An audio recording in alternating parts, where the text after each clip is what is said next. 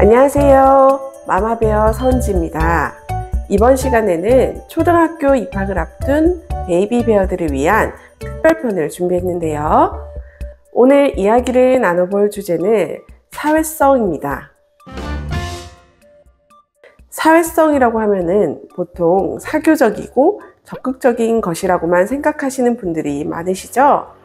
사실 사교적이다, 적극적이다 라고 말하는 것은 아이의 성향을 표현하는 단어들이고, 사회성이 좋다고 하는 것은 꼭 적극적이지 않더라도 또래와 함께 그 그룹 속에서 소속이 되어서 원활히 관계를 맺는 모든 것들을 의미하기도 합니다. 그래서 초등학교 가기 전에 우리 아이들이 새로운 초등사회에 잘 적응하고 소속될 수 있도록 도와주는 다양한 활동을 알려드리려고 하는데요. 지금부터 집중해 주세요. 꼭.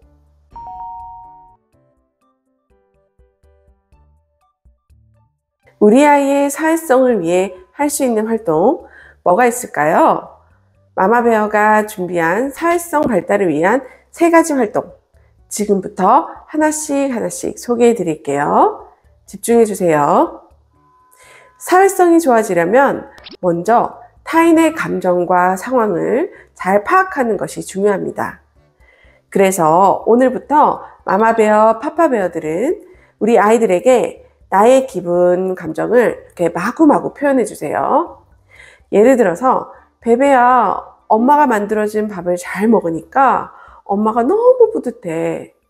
베베야, 오늘 아빠가 회사에서 빨리 오라고 했는데 일이 너무 늦게 끝나서 너무 속상했어. 너는 아빠가 늦게 오니 마음이 어땠어? 이렇게와 같이 지금 현재 상황 또는 내가 처했던 상황을 통해서 어떤 기분인지, 그래서 아이는 어떻게 생각하는지에 대해서 이야기 나누는 활동이 필요합니다. 우리 아이가 반응이 영 없다고요? 그럼 침묵으로도 기분을 표현할 수 있어요. 아예 관심 없이 가만히 있으라는 뜻은 아니고요. 예를 들어서 이렇게 신나게 이야기하거나 놀다가 갑자기 시무룩한 표정, 즉 비언어적인 표현 방식으로 나의 표정, 분위기 등을 아이가 스스로 느끼고 상황을 추론할 수 있도록 이끄는 것도 방법이 될 수 있어요. 이렇게 가정에서부터 노력을 해주신다면 학교에서도 선생님, 친구들의 행동에 큰 오해나 서운함이 생기지 않고 감정을 공감하고 스스로 해석하려고 할 거예요. 그러면 당연히 친구들도 우리 아이 곁으로 다가와 주지 않겠어요? 마마, 파파베어들도 회사 생활을 한번 생각해 보세요. 회사에서 나의 마음을 잘 이해해주고 기다려주는 직장 상사가 있다면 나의 곁에 두고 싶고 또 그 상사와 잘 지내고 싶다라는 생각을 하게 되겠죠? 우리 아이들도 똑같이 느끼고 생각할 거예요. 초등학교도 우리 아이들에게는 사회생활이니까요. 2번째로는 간단한 보드게임이나 주고받기 게임을 해보시길 권해드려요. 학교에 입학하게 되면 또래와 대화를 주고받거나 차례나 규율을 지켜야 하는 일들이 많이 생겨요. 예를 들어서 내가 준비물을 깜빡하고 챙기지 못했을 때 친구에게 빌려달라고 부탁할 수도 있어야 하고요. 또 억울한 일이 있을 때는 수업이 끝나길 기다렸다가 친구들 몰래 선생님께 가서 자신의 상황을 잘 표현할 수도 있어야 합니다. 그러려면 결국 때와 상황에 맞게 주고받는 대화의 기술이 필요한 것이겠죠. 간단한 보드게임의 경우에는 여러분들이 많이 알고 계시는 할리갈리나 종치기 게임과 같은 간단한 규칙이 적용된 숫자 카드 게임, 5초 준다 게임은 문제 카드의 답을 3가지 말하는 게임, 사다리 게임은 주사위를 굴려 나오는 수만큼 이동하는 게임. 이때 팁을 드리자면 마마파파베어는 아이들의 친구들이 바랄 법한 행동을 입으로 하셔가지고요. 아이의 대처 능력을 한번 관찰해 주세요. 예를 들어서 고의로 차례를 지키지 않고 막무가내로 게임을 할 때 아이가 차근히 설명하며 게임을 리더할 수 있는지, 또는 막무가내인지 아닌지, 관심 없이 혼자 놀이만 하지는 않았는지 등을 살펴보시는 것이 중요합니다.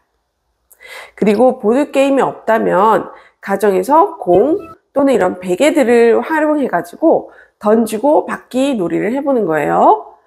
이 놀이를 통해서 대근육 협응을 향상시키고요.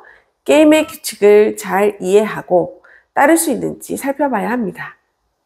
예를 들면 베베야, 베개는 저기 파란 바구니 안에 꼬리 식혀야지만 1점이야. 알았지?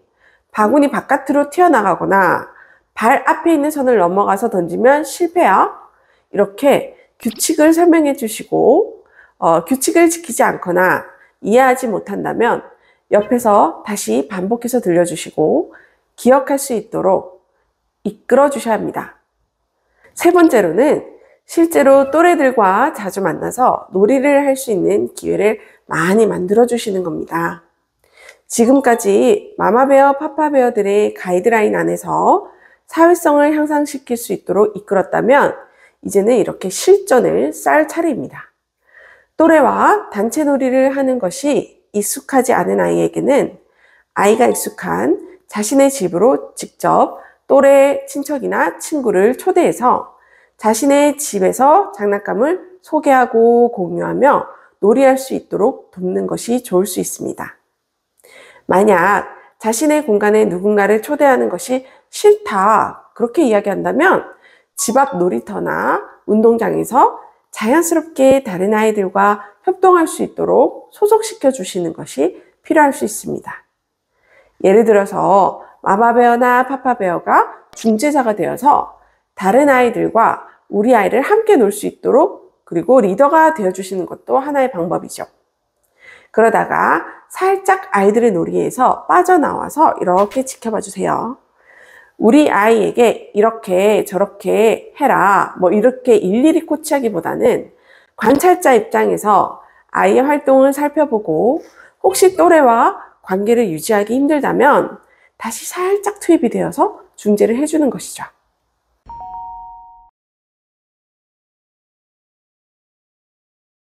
자, 오늘은 초등학생이 되기 전에 사회성 발달을 통해 우리가 어떤 것을 도와주면 좋을지 이야기 나눠보았어요. 어때요? 도움이 좀 되었을까요? 사실 저 마마베어도 초등학생 아이를 둔 엄마랍니다. 그래서 그런지 사회성이 또래 관계와 학교 적응에 있어서 정말 중요한 부분을 차지한다는 것을 몸소 느꼈답니다. 아무리 글자를 잘 쓰고 읽고 공부를 잘한다고 해도 상황이나 분위기를 파악하지 못하고 다른 사람의 마음을 잘 읽어내지 못한다면 결국 학급 생활에서 소외되고 나중에는 학습 의욕도 떨어질 수 있게 됐거든요. 그래서 예비 초등학생을 키우고 있는 마마베어, 파파베어들은 꼭 기억해 주세요. 학교 가기 전 선행학습이나 학습 태도도 중요하지만 다른 사람이 처한 상황을 파악하고 상황이 일어나게 된 원인이나 해결 방법을 잘 추론해서 또래를 돕거나 이해해 주는 것이 아주 중요한 부분을 차지한다는 것을요. 결국 우리 아이의 자기 효능감, 자존감은 혼자만의 놀이와 학습으로 이루어지는 것이 아니라 타인과 어울려서 소통하고 관계를 맺으면서 더욱 단단히 이루어진다는 것을 잊지 않으셨으면 좋겠습니다. 오늘도 저 마마베어의 영상 잘 보셨나요? 구독과 좋아요는 큰 힘이 된답니다. 그럼 다음 시간에 또 만나요. 안녕!